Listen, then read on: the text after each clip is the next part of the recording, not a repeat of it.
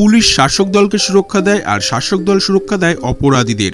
এমনই এক ভয়েস দিয়ে শুরু হয় খাকি দ্য বেঙ্গল চ্যাপ্টারের ট্রেলারটি। ড্রোন শটে দেখানো হয় 2002 সালের কলকাতা শহরকে। ট্রেলারে আমরা একজন রাজনৈতিক নেতা ও তার গ্যাংস্টারের সাথে যোগসূত্রকে ঘিরে একটি রাজনৈতিক লড়াই দেখতে পাই।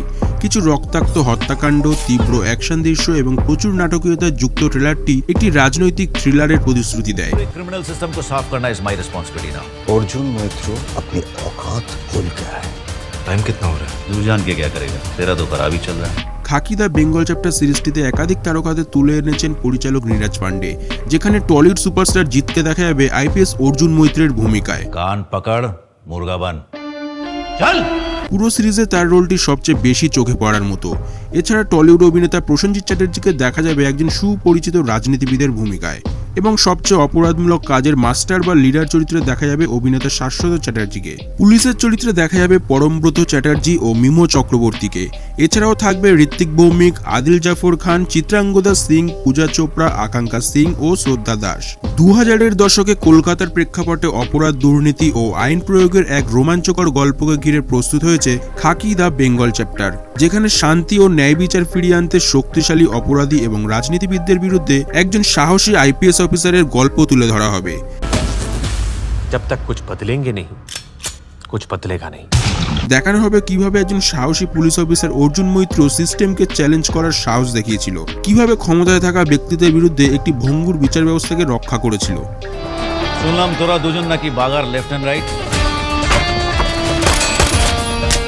জানা গেছে বাংলার মহারাজা সৌরভ গাঙ্গুলিকে পুলিশের পোশাকে ছোট্ট একটা ক্যামিও রোলে দেখা যাবে এই সিরিজে। এটা কতটা সত্যি সেটা এখনো জানা নেই, কারণ টিজার বা ট্রেলারে তাকে একবারও দেখা যায়নি। তবে এটা সত্যি হলে সিরিজটি হয়ে উঠবে আরো জমজমাট। সিরিজটিতে সবচেয়ে বেশি যেটা চর্চা যাচ্ছে সেটা হলো জিৎ ও প্রসেনজিৎ চ্যাটার্জিকে একসাথে বড় পর্দায় দেখা। पूरे क्रिमिनल सिस्टम को साफ करना is my responsibility now. Arjun Maitra अपनी औकात भूल गया है। বাংলা ইন্ডাস্ট্রি এত বছরেও যেটা করে দেখাতে পারেনি নীরাজ পান্ডে নেটফ্লিক্সের মাধ্যমে এবার সেটা করে দেখালো। এর আগে 2018 সালে বাঘবন্দি খেলা সিনেমাতে দুজনকে একসাথে দেখা গিয়েছিল, যেখানে জিৎ ছিল একজন পুলিশের এজেন্ট ও প্রসেনজিৎ চ্যাটার্জি ছিল একজন ক্রিমিনাল লয়ার।